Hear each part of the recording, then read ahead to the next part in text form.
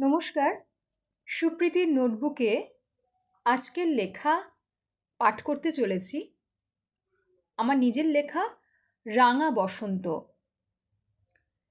মেঠো পথের অলিগলিতে সারি সারি ঠাঁই দাঁড়িয়ে বসন্তের হাতছানি, কোকিলের কুহু তানের একটানা সুরে হারিয়ে যেতে চায় মন দূর থেকে দূরে।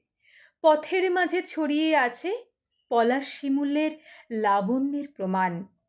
চোয়াল শক্ত করে পাতাহীন গাছগুলো রক্তিম হয়ে ওঠে। মুগ্ধ এ দুচোখ, সার্থক এ জনম।